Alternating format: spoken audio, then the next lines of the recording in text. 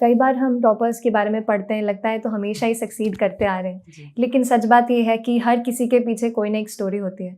और मेरा वही था कि मैंने जेईई दिया, I couldn't clear it. At that moment मुझे लगा कि एवरीथिंग शैटर्ड, कुछ बचा नहीं, अच्छा कॉलेज मिला नहीं, पता नहीं क्या होगा। लेकिन destiny has its own turn. I got admission to a local college engineering का। और तो यही कहूँगी कि if you are testing failure, let that be a step in the right direction. उसको आप एक ऐसा पड़ाव बनाइए अपनी लाइफ का कि उस पर स्टेप करके उससे पॉजिटिव एनर्जी लेके आप अपने दूसरे जो भी आप डिसाइड करते हैं गोल, उसकी तरफ बढ़ें। तो फेलियर से बिल्कुल घबराएं नहीं, ये एक मेरा मैसेज रहेगा सबको। फेलियर आएंगे, ऑब्स्टिकल्स आएंगे, लेकिन बात तभी होगी जब आप डिटर्मिनेशन से उन फेलियर्स को फेस करेंगे और अपने आप से पूछेंगे कि मैं क्यों ये जो गोल अचीव करना चाहता हूँ या चाहती हूँ, क्यों करना चाहती हूँ। अगर आपका वाई स्ट्रॉन्ग है तो आप दूसरे में भी कर लेंगे अच्छे से।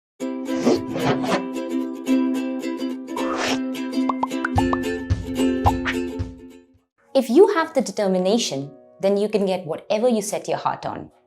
This is something जो आज की हमारी topper believes in. Hi everyone, welcome to Chamomile Tea with Toppers, an initiative by Unacademy. I'm Fiona, and today हम जिस topper से मिलने वाले हैं, उन्होंने अपने चाइल्डहुड ड्रीम को इस यूपीएससी सीएससी जैसे कम्पिटिटिव एग्जाम को सिर्फ क्लियर ही नहीं किया है, but she is also manage to be the topper in the women candidates and also an all India rank 5. Everyone, let's welcome Shrishti Jayan Deshmukh. Hi Shrishti, welcome to the show. Thank you so much. So first of all, Shrishti, it gives me immense pleasure. Like actually, जब भी कोई female toppers आते हैं इस show में, it just makes me feel so nice. And आपके लिए we have had so many aspirants who've written that they see you as a role model and they really wanted to have you on this show. So thank you for finally making time to come here. It's my pleasure to be here, and it feels good to connect with all the audience. Thank you so much. Great. So I have seen actually past में मैं आपके काफी videos and the write-ups that I'm reading also, I have seen कि आप actually बहुत सारे aspirants को help कर रहे हो with whatever knowledge that you can share as of now before you go away to the academy. True. So a little bit about this entire journey. I know it's been a long journey, but it's also the first attempt that you gave for this exam and you managed to clear it with an outstanding result. तो थोड़ा हमें बताइए about this journey. Talking about this journey, I'll say that when I came to the second year of my college, it was then I started contemplating exactly what career I want to really step into. And then there was a childhood dream somewhere, I might have read somewhere, I might have listened to it, कि you have to become an IAS officer, ऐसा कुछ था. तो फिर college में आके उस dream को मैंने कहा इसको आगे बढ़ाते हैं. I started reading about it, कैसे पढ़ाई होती है, क्या नोट्स होते हैं. I could not go to Delhi while I was in the college. तो फिर मैंने कहा कि नहीं, यहीं से पढ़ाई शुरू करती हूँ. तो जो भी मुझे वहाँ क्लासेस मिली, जो भी ऑनलाइन मुझे मिला कंटेंट, वहाँ से मैंने प्रिपेयर करना शुरू किया. कई सारे टॉपर्स का वीडियो मैं भी देखती थी कि क्या पढ़ते हैं, क्या इंपॉर्टेंट होता है, तो उनसे सीखती थी. ऐसा सीख के 1-2 साल पढ़ के अटेम्प्ट दिया अपना लास्ट ईयर, और लास्ट ईयर मैंने ग्रेजुएशन अपना कंप्लीट किया. And with God's grace I have been able to clear it. तो इसके बारे में this is one thing actually मैंने बहुत सारे आपकी इंटरव्यूज़ देखे हैं. One thing which always comes across कि you have this sense of positivity around you, and मैंने देखा है कि you are quite interested in yoga meditation as well. तो उसके बारे में आप क्या बताओगे? बिकॉज ऐसे बहुत एस्पिरेंट्स जैसे ऐसे कम्पिटिटिव एग्जाम्स में उनका एक मेंटल कंडीशन उसको बिल्ड करना is also very difficult, because again this is an exam of constant perseverance and also hard continuously चलते रहता है. तो उस state of mind को build करने के लिए what would you suggest? What should they do? Yes, state of mind जैसा आपने कहा equally important है. We focus on material, we focus on test, we take all the material that's there, we just want to leave and just don't want to leave anything. लेकिन हम ये शायद भूल जाते हैं कि हमारा mental preparation भी equally important है. तो for a grueling exam like this, हमें mentally भी prepare होना बेहद ज़रूरी है. एग्ज़ाम खुद 1 साल की है, प्रीलिम्स देते हैं, फिर मेंस, फिर पर्सनालिटी टेस्ट, उसके 1-1.5 साल पहले से कर रहे हैं तो और जर्नी लंबी हो जाती है. तो उसमें हमें करने के लिए पॉजिटिविटी बेहद ज़रूरी है. तो आई स्टडीड इन भोपाल, जहाँ पे आई रिसाइड. तो it was good for me. वहाँ पे थोड़ा सा मम्मी से आई यूज्ड टू टॉक, उनके हाथ का खाना खाती थी, पापा से बात. I have a little brother, तो उससे सब मस्ती करना एंड ऑल दैट. तो that thing is equally important. अपने आप को मोटिवेटेड रखना, पॉजिटिव लोगों से जुड़े रहना, वो भी बेहद ज़रूरी है. थोड़ा म्यूज़िक का सहारा लिया मैंने, to listen to songs that boosted me up. And as you said yoga, so my mother always focused on yoga कि नहीं, this is one thing you should be focusing upon apart from your studies. So I'll also say कि whatever you're doing, physically also you have to be fit. Take out time for some physical workout. And जैसा meditation पे, तो meditation helps you calm your mind. थोड़ा एक peaceful sense लाता है आपकी life में. तो ऐसा भी कुछ करिए, motivate खुद को रखिए और positive लोगों के साथ जुड़े रहिए. You know, anybody who pulls you down, who tells you that it can't happen, stay away from those people. You know, it's just straightforward, stay away, because in these moments when you're trying to achieve something in your life, आप कुछ बनना चाह रहे हैं, कुछ करना चाह रहे हैं, उस वक्त कम से कम उन लोगों से दूर रहें. एंड यू नो बाद में सक्सेस के आप बिल्कुल उनसे मिल सकते हैं. एक चीज़ जो बहुत सारे एस्पिरेंट्स भी पूछती है, specially if we see like the trend over the last few years and specially इस साल में तो डेफिनेटली टॉप 10 में भी अगर मैं देखूँ तो इंजीनियर्स बहुत सारे हैं. सो एक क्वेश्चन जो बहुत सारे एस्पिरेंट्स जो हमारे पूछते हैं कि do you think engineering gives you an edge to clear these kind of exams, and जो बाकी है जैसे जो नॉन इंजीनियरिंग फील्ड से है, आप क्या कहोगे? शुड दे बी डीमोटिवेटेड कि उनसे नहीं हो पाएगा, या इवन दे कैन मैनेज? इस पे एक चीज़ कहूँगी, that comes to my mind whenever I get this question. सच में इंजीनियरिंग का कोई बहुत रोल नहीं है. ये एग्ज़ाम है जनरल स्टडीज़ की. You have to study history, geography, international relation, internal security, environment. So, and science and technology is a little part. So, engineering as such really does not help. अब ऐसा क्यों हो रहा है? मुझे ऐसा लगता है इन जनरल इंडिया में अभी इंजीनियरिंग बहुत लोग ले चुके हैं. So you know the proportion of people who are there as engineers वो ज़्यादा है. उस कारण से शायद रिजल्ट्स आ रहे हैं. वो एक चीज़ हो सकती है. People who have taken other backgrounds, who have taken humanities, I thought that they had an edge when I was studying, क्योंकि ये लगता है ना कि कोई ग्रेजुएशन में हिस्ट्री पढ़ रहे हैं, सोशियोलॉजी पढ़ रहे हैं, तो वो अपना यहाँ पे कर सकते हैं. पर एक लास्ट में इस चीज़ के लिए क्या कहूँगी कि यूपीएससी इतना स्पेशल एग्जाम है कि you coming, you are dancer और यू आर एन इंजीनियर और you are a literature graduate, you know you will have to study. You know you just मतलब एक ऐसा नहीं मिलेगा कि यार ये पोर्शन तो मेरा उससे हो गया. पढ़ना आपको हर इसमें पढ़ने वाला है. एक लेवल प्लेइंग फील्ड है यूपीएससी का. तो कुछ भी मन में ऐसा लेके ना चलें कि ये लिया है तो नहीं होगा या नहीं. It all depends on your hard work. उसके एक बार डिसाइड करने के बाद आप कैसे पढ़ते हैं, that plays a huge role. Graduation तो आप कुछ भी कर सकते हैं. यूपीएससी प्रिपरेशन का सबसे बड़ा चैलेंज है ये समझना कि एग्जाम पॉइंट ऑफ व्यू से क्या रेलेवेंट है और क्या नहीं. इसी में यूपीएससी एस्पायरेंट्स की मदद के लिए मैं पिछले 10 सालों से एक वेबसाइट और यूट्यूब चैनल चला रहा हूँ. यूपीएससी प्रीलिम्स पे मेरी किताब अमेजॉन के टॉप 100 बेस्ट सेलर्स में है. मेरा सालों से इकोनॉमी पढ़ाने का एक्सपीरियंस और यूपीएससी एग्जाम के बदलते ट्रेंड एनालिसिस के जरिए मैं आपको सफलता की ओर ले जाऊंगा. मेरा नाम है मृणाल पटेल. मैं अनअकैडमी प्लस पे लाइव पढ़ाता हूँ. तो उसी पे एक पार्ट जो आती है हमारे प्रीलिम्स के टाइम में, there is a CSAT papers.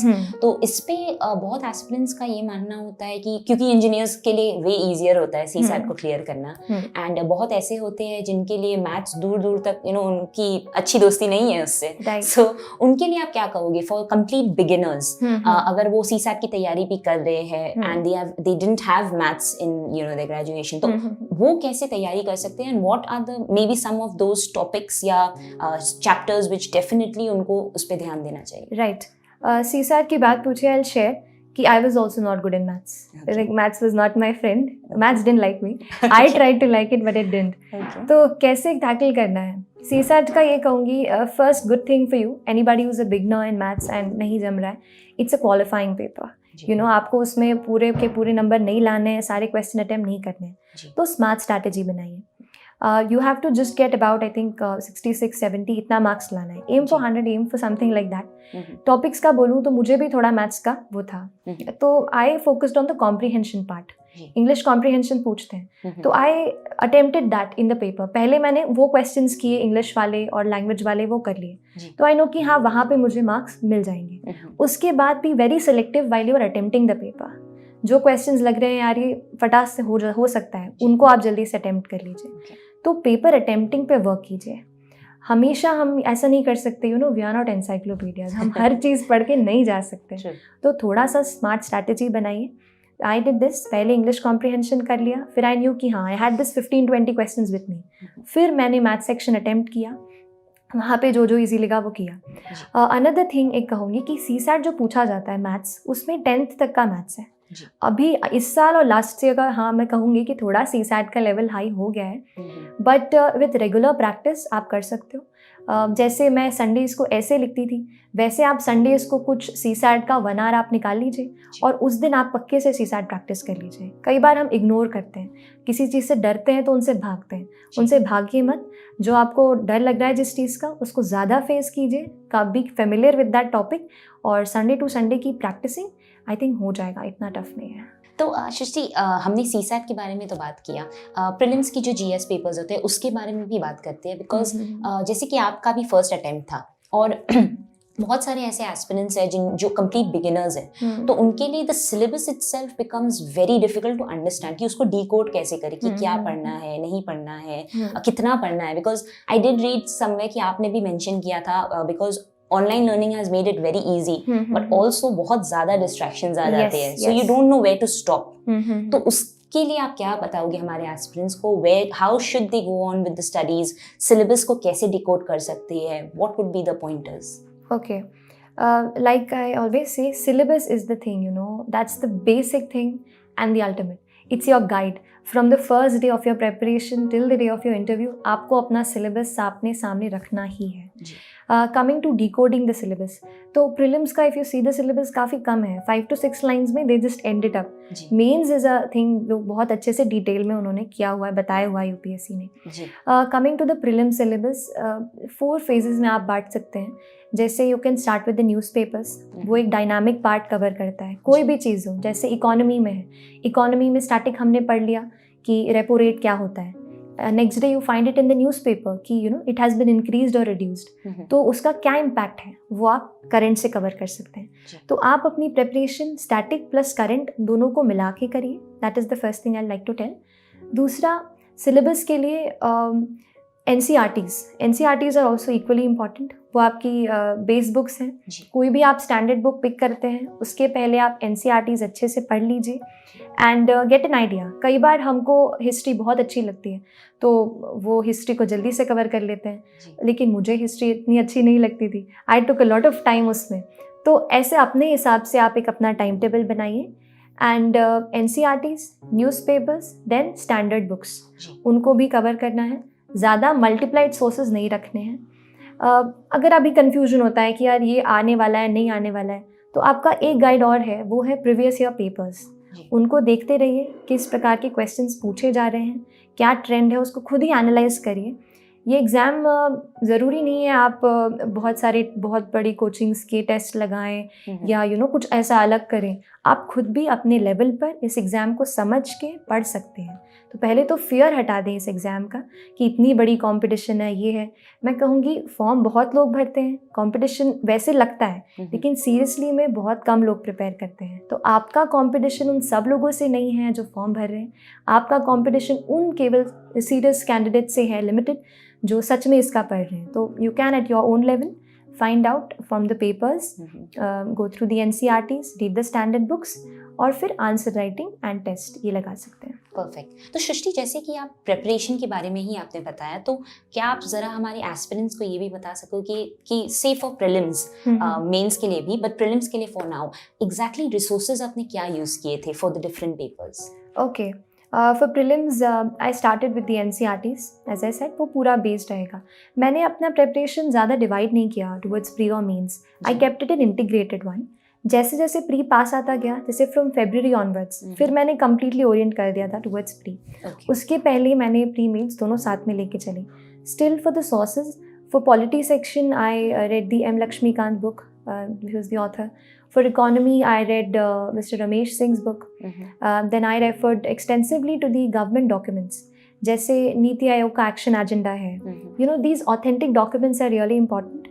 कुछ वहाँ से कीवर्ड्स पिक करके भी UPSC सवाल पूछ लेते हैं, तो keep a track on that. Newspapers was the basic source. Coming to history, modern Indian history के लिए I refer to the Spectrum book by mister Rajiv Ahir. Then for the ancient and medieval history, for the ancient history, I read the Tamil Nadu textbook class 11th. For medieval history, I only referred to the NCRTs. For the Indian culture part, I read the book of Nitin Singhania, Art and Culture, and also referred to the CCRT website. Coming to geography, I read the base book of G.C. Leong, which is there. But still, you can also, NCERTs will be your starting point, and maps that will supplement your geography, and atlas that is equally important for geography. I think that sums up. Anything left? Yeah, economy I covered Mr. Ramesh Singh's book. I think that's all. Perfect. And science and tech के लिए specifically कुछ Oh extra? yes, science and tech के लिए no. I did not refer to any book. I think science and tech अगर UPSC asks, then it is related to your current what's happening, what's dynamic. So you know, keep a tab on your newspapers. अगर वहाँ पे कोई लगता है, you know, sometimes कोई question आ गया कि there's this RNA protein thing or anything Cas9 as it was asked in the prelims paper this year. ऐसा कुछ न्यूज़पेपर में दिखता है तो please you know just Google it, find out about the background information. बहुत सारा आपका काम क्यूरियोसिटी से हो जाएगा.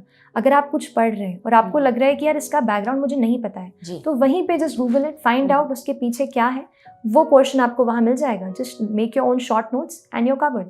सो you don't need to run towards new books, कुछ नया मटेरियल, कुछ नहीं. आप खुद अपना मटेरियल बना सकते हैं. Just be a little curious. Perfect. So curiosity is very important यहाँ पे. तो एक चीज़ जो मैं आपसे पूछना चाहूँगी सृष्टि, क्योंकि आपने NCERT भी मेंशन किया, सो बहुत सारे एस्पिरेंट्स के दो मेजर यू नो डाउट रहते हैं. एक तो ये कि भाई ओल्ड NCERT या न्यू NCERT, और एक है कि इज इट नेसेसरी 6 to 12 की पूरी NCERT कंप्लीट करें या 9 to 12 या 11-12 is suffice. You know, there are about 800 students have cracked this exam. And they'll have 800 ways to do it. True. So I'll tell mine, क्योंकि रास्ते अलग अलग हैं. थोड़ा मैं अपना बता देती हूँ. मैंने ये किया कि I refer to only new NCERTs. Old I did not refer. Then coming to the standard, I started from 6th. Because थोड़ा मुझे बेस नहीं आ रहा था क्या है, थोड़ा साइंस की तरफ हो गया था तो भूल गए थे. तो I started from 6th, but only social science. I did not read science. 6 to 12 केवल सोशल स्टडीज़ की मैंने रेफर की. And please focus on the NCERTs from 9 to 12. वहाँ पे थोड़ा फोकस बढ़ा सकते हैं, पर रीडिंग आप पूरा करो 6 to 12. That is my take. Perfect. तो प्रीलिम्स के बारे में तो आपसे बातें हो गई. अब क्योंकि ऑब्वियसली इस साल की प्रीलिम्स भी हो चुकी है, लोग सभी अपने मेंस की तैयारी में लगे हुए रहेंगे. So this time from prelims to mains बहुत लोगों के लिए एक क्विज रहता है कि भाई अब क्या करें प्रीलिम्स की मेंस के बीच. अ लॉट ऑफ पीपल यही सोचते सोचते they end up wasting a lot of time. तो आप हमें बताइए ये प्रीलिम्स के मेंस के टाइम का जर्नी जो था उसमें आप क्या कर रहे थे, and how did you divide your time for your preparation? Yes, ये बहुत इंपॉर्टेंट क्वेश्चन भी है और टाइम भी है. हमें कुछ 3-4 months 3.5 months मिलते हैं. अराउंड हाफ मंथ हम इसमें वेस्ट कर देते हैं कई बार कि कट ऑफ क्या जाएगा और क्या हम सिलेक्ट हो रहे हैं या नहीं. तो ये अगर आपके साथ कन्फ्यूजन है स्टूडेंट्स के साथ, please don't waste your time. That will be my thing. मैंने भी थोड़ा वेस्ट किया था, पर based on experience I will say कोई आउटपुट नहीं मिलता है. जो कट ऑफ जाएगा वही जाएगा. We can not change it. So whatever you have done, analyse your paper little bit, but keep it away. Take a break of 1 week, thoda freshen yourself up, and then when you start, focus extensively on answer writing. Now is the part, and revision. जितना पढ़ना था थोड़ा हम brush-up अभी कर सकते हैं. जैसे हमने कुछ टॉपिक्स ऐसे हैं जैसे केवल मेंस में आते हैं. You have internal security, ethics, a full paper 250 marks that we haven't read for a long time क्योंकि हम प्री के प्रिपरेशन में बिजी होते हैं. तो उन टॉपिक्स को आप पिक कीजिए. ऑप्शनल हमारा एक ऐसा पार्ट है. एक ये चीज़ कहूँगी, हम GS पढ़ के बोर हो गए होते हैं प्रीलिम्स के लिए अब 2-3 महीने से. तो आप ऑप्शनल से शुरू कर सकते हैं. ऑप्शनल को आप लिमिटेड एक सिलेक्टेड टाइम दीजिए. मैंने पहले ऑप्शनल किया, then I picked up my general studies paper. पर यहाँ पे आप केवल ये मत सोचिए कि यू नो टेस्ट में क्या आ रहा है. थोड़ा अपने दिमाग से भी, if something you know there is a topic of जजेस इम्पीचमेंट कहीं पे था, that was and it was asked in this exam. ऐसा ही कुछ अगर आपको न्यूज़पेपर में मिलता है कि यू नो ये इंपॉर्टेंट लग रहा है, तो just note it down and frame your own question and answer on it. खुद के बेसिस पे भी थोड़ा प्रीएम्प्ट करने की कोशिश कीजिए कि क्या पूछा जा सकता है. उन एरियाज पे भी ज़्यादा फोकस करो. एंड एक और चीज़, कई बार ऐसा होता है कि प्रीलिम्स में कोई सवाल पूछा है, उसी को डिटेल में मेंस में पूछ लेते हैं. तो जो अभी प्रीलिम्स में आया है उन क्वेश्चंस को भी अच्छे से एनालाइज कीजिए. उनसे रिलेटेड जो भी डीपर बनता है मेंस के लिए उस पर भी वर्कआउट कीजिए. And planning is the most important thing. Plan your time really well. Don't waste your time at all. If you are in and if you've made it, this is the time, and mains is the stuff, you know, जहाँ पे you can ensure your name in the list. So work hard for mains. write answers, at least write 3 to 4 answers per day. Get it evaluated kahin se by your mentors, join some test series, that can be done.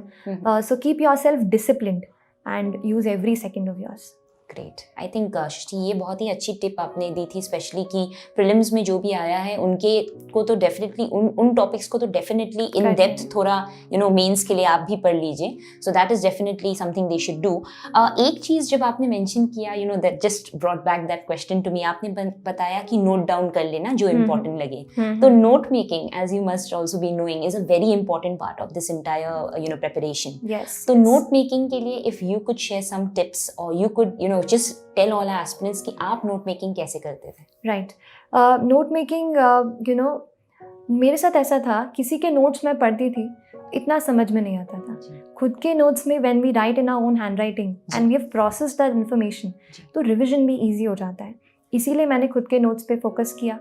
Editorial section था, specially उसको note down करती थी. एक tip कि make your notes in plain A4 size sheet papers, because वहाँ पे we have to write in plain sheets, you not going to get rule pages. तो let's practice from here. I made my notes there, point format में लिखती थी, और depending on the demand. कई बार ऐसा होता है कि न्यूज़पेपर में कोई स्टेटमेंट रहता है विच यू फील यार this statement can be directly quoted in my answer as a conclusion और एन इंट्रोडक्शन. तो वैसे स्टेटमेंट्स को आप डायरेक्टली अपने नोट्स में लिख लीजिए. एक और चीज़ कर सकते हैं आप, कहीं पे डेटा आपको मिलता है न्यूज़पेपर में कि 50% of Indian population has done anything, we get such data. This data can substantiate your argument in your answer. तो इस डेटा को अलग से आप एक नोटबुक में नोट कर लो, और जब भी आप उसका आंसर लिख रहे हो, कोट दैट डेटा वहाँ पे, practise it in your answers. And when you add to your notes, कुछ भी नया जब आप लिख रहे हो तो बस थोड़ा सा पेजेस पलटा के पीछे देख लीजिए कि क्या लिखा है. हर दिन पूरा नहीं पढ़ना है, but even if you glance through those notes, वो थोड़ा आपके दिमाग में रहेगा, वो that will help you in revision. तो don't take shortcuts, make your notes, that will increase your comprehension of the topic. And I have observed कि जितना ऑर्गेनाइज्ड हमारे नोट्स होते हैं उतने अच्छे और ऑर्गेनाइज्ड हमारे आंसर्स हो जाते हैं. तो focus on that. Great. So organize your notes. That will organize your answer, and that will get you a rank, hopefully. Yeah. Great. So सृष्टि, एक चीज़ मुझे बताइए, since आप इतना detailed information दे रहे हो सब कुछ में, I just want to know कि सृष्टि as a person आप कैसे हो? Are you like an introvert? बहुत ही restricted लोगों से आप मिलते हो, या are you an extrovert? You like to just socialize, meet people, more of an adventure junkie? कैसे हो आप in your day-to-day life? When I started in school, I was an extrovert, meeting with people, doing all the stuff. Okay. When I came to the college and I stepped into this preparation, I made a shell around me. Okay. Nahi, ab thoda sa, you have to focus on it. I could not connect and did not connect with a lot of my friends. So this was a transition that I made. But in the past 2 months after my result, I have been connecting with so many people. So things are changing for me. So I'm in a kind of a transition state. I didn't like to speak so much, but now I'm getting an opportunity to speak so much. So it's like a transition phase for me right now. Great. So with the prelims done and the mains about to come, you've also explained कि this entire phase में आप क्या कर रहे थे. Let's go back to mains because अब mains आने वाला है. आपने already प्रीलिम्स में हमें रिसोर्सेज तो बताए आपने क्या यूज किए थे.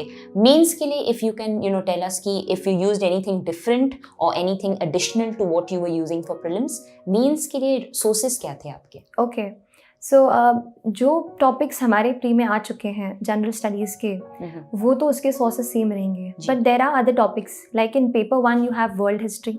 उसके लिए you will have to read another book.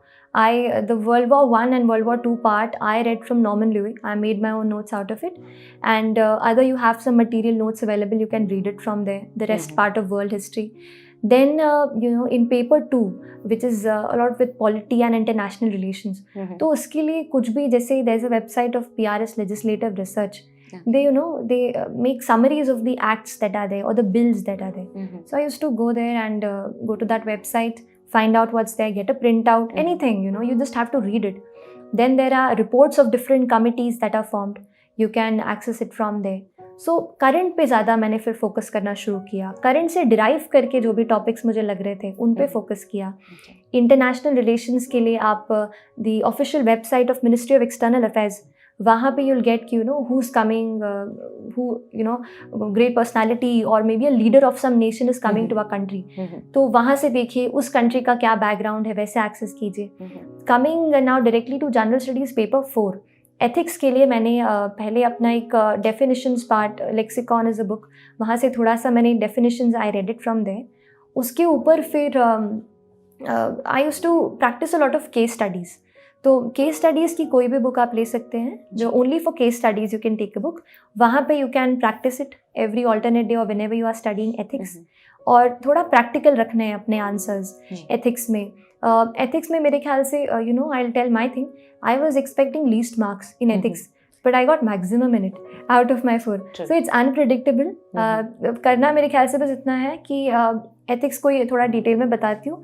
इसके 2 पोर्शंस होते हैं पेपर के. The part 1 is about definitions, they will give you a quotation and you have to explain it. The second part is the case studies.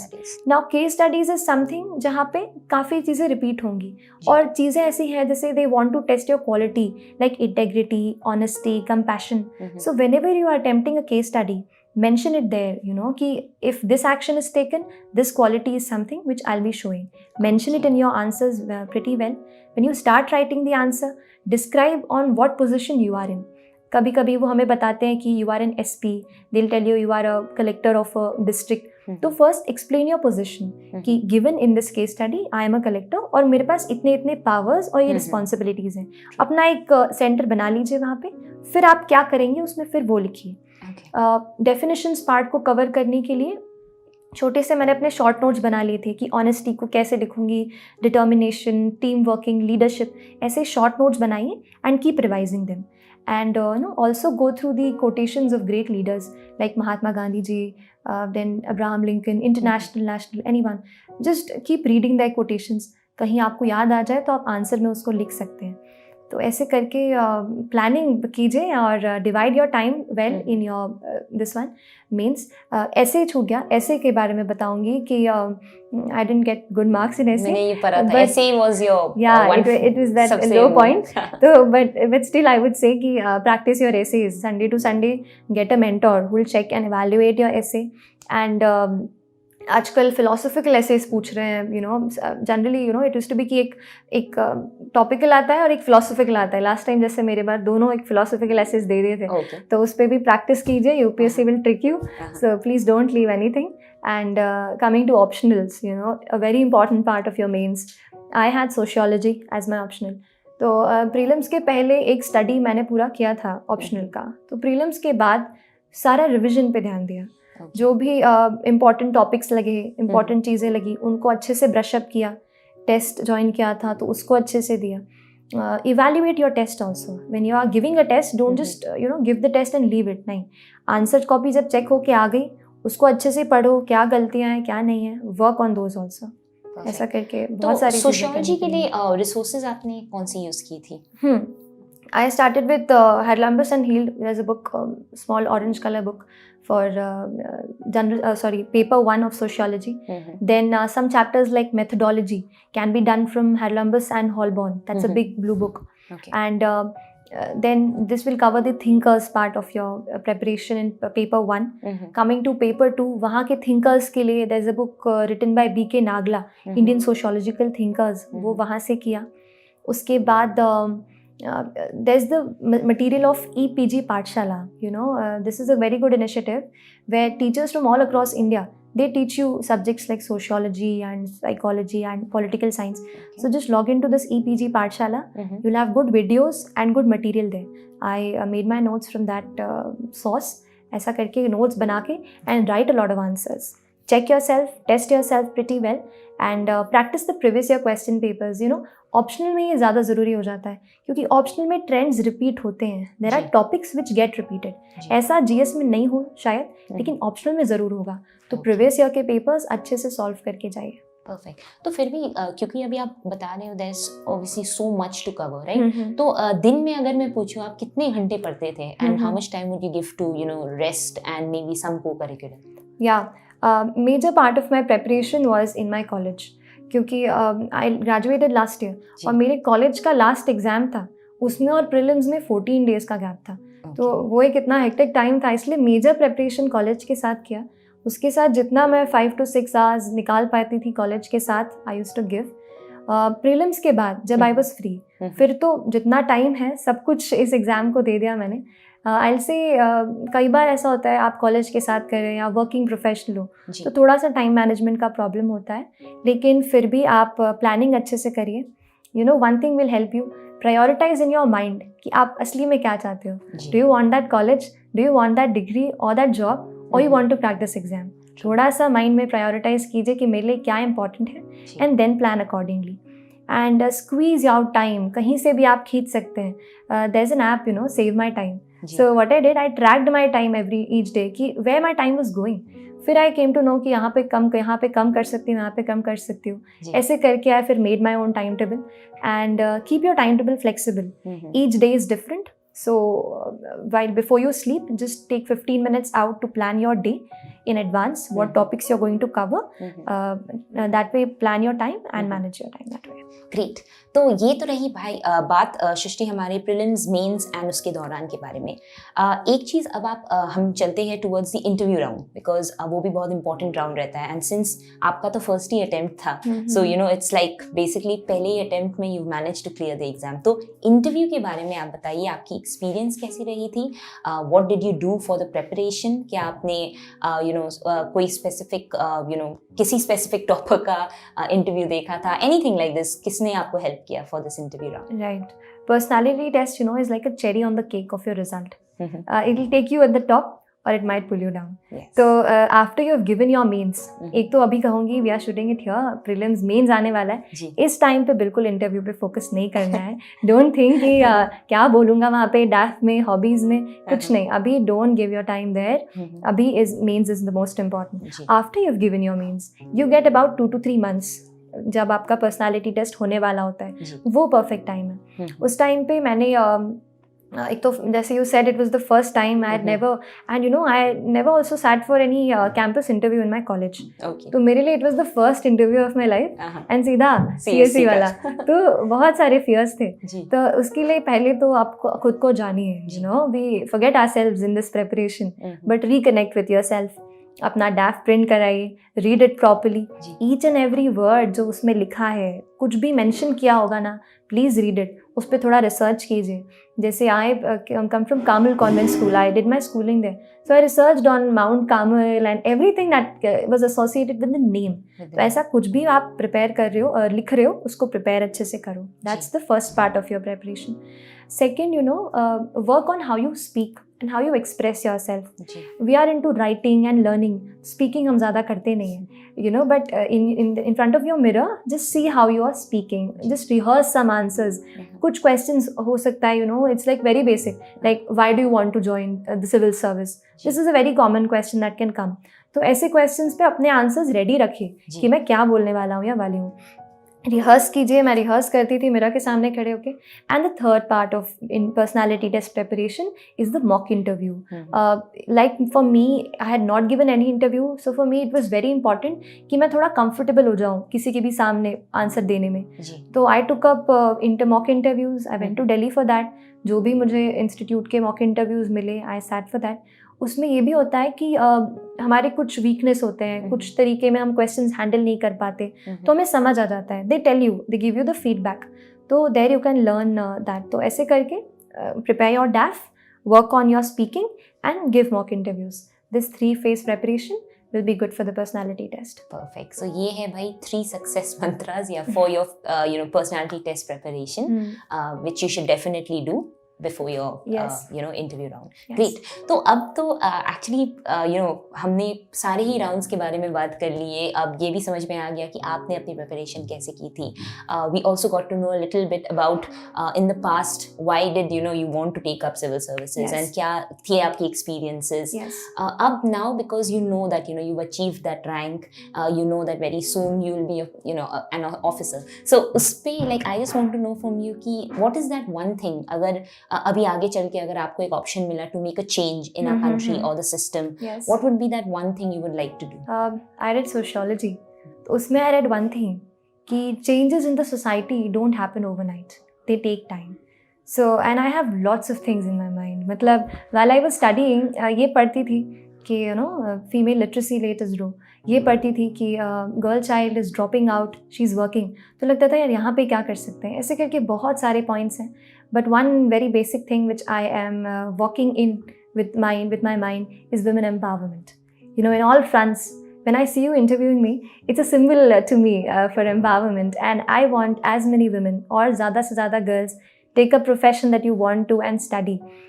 We are in cities, we are lucky, but there are girls out there in areas of our villages, deep down interiors of India, who don't get a chance to study, who are married off early and who face abuse. सो उन girls को लेके एक special thing है मेरे mind में कि करना है. दूसरा, for little children, children work in factories and stuff even after the laws and regulations. थोड़ा उन चिल्ड्रन को भी वो भी स्कूल में जाएं. And India is a young country, but if we are not properly trained and educated, that might be a problem for us. So my pledge would be to get the child in school and get him skilled and educated. And last thing which I have in mind is towards the environment. We have a lot of pollution, global warming stuff. We keep reading about climate change. But how we can connect with the citizens of this country and make them, उनको stakeholder बनाएं कि आपका सच में role है climate change में, आप कर सकते हैं खुद. Because आजकल की जो millennials है, उनके साथ connect करना is also a very big task.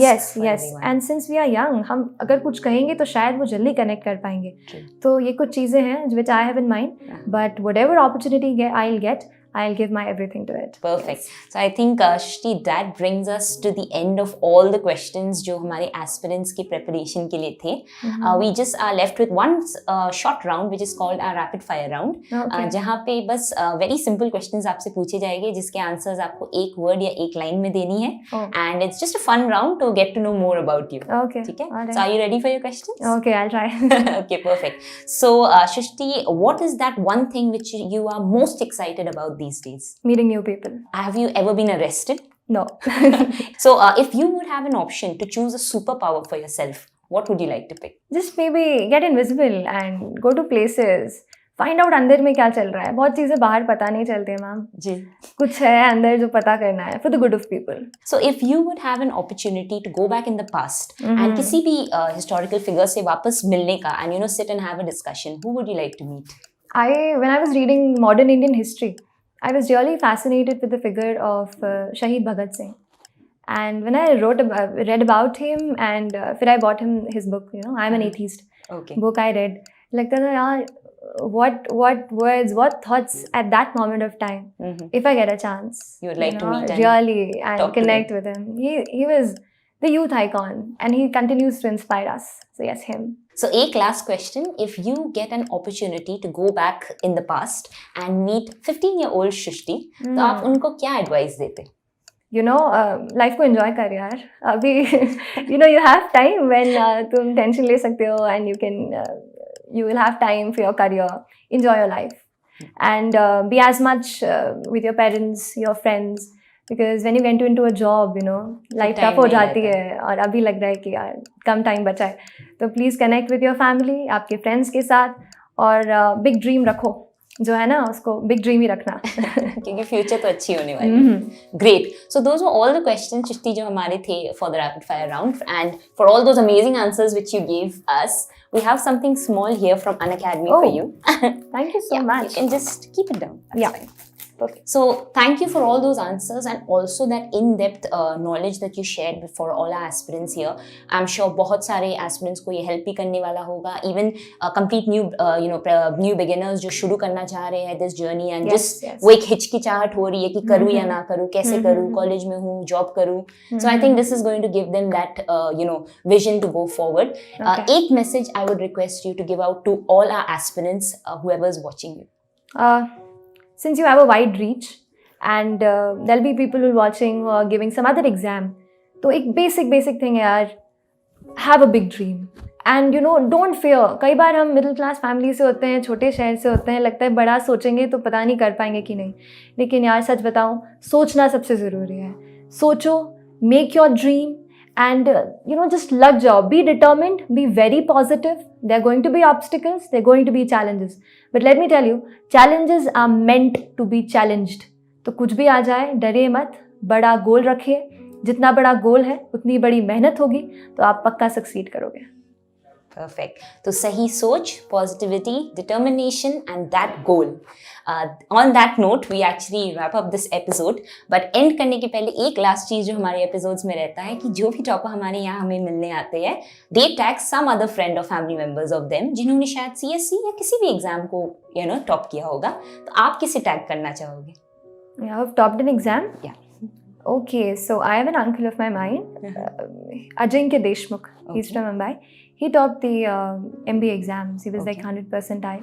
Great. So that's one personal tag. Perfect. So sir, जैसे कि आपने सुना सृष्टि हैज टैग्ड यू, तो बहुत वेरी सून हमारी टीम आपसे भी कांटेक्ट करेगी। Just if you could come down, share your preparation journey and tell us your story कि आप जहाँ हो, आप कहाँ कैसे पहुँचे, what did you do, what were the struggles you faced, and I am sure all aspirants will be helped with that also. So Srishti, that brings us to the end of the episode. मुझे तो बहुत ही अच्छा लगा, like I said right from the beginning when I got to know that okay Srishti आ रही है, I was like great My episode. pleasure. I enjoyed it with you, and thank you so much for this opportunity. That's Seriously. great, Shrishti. Thank you once again for coming here and all the very best for your future endeavors. I hope आप आगे भी जाके बहुत अच्छा करो.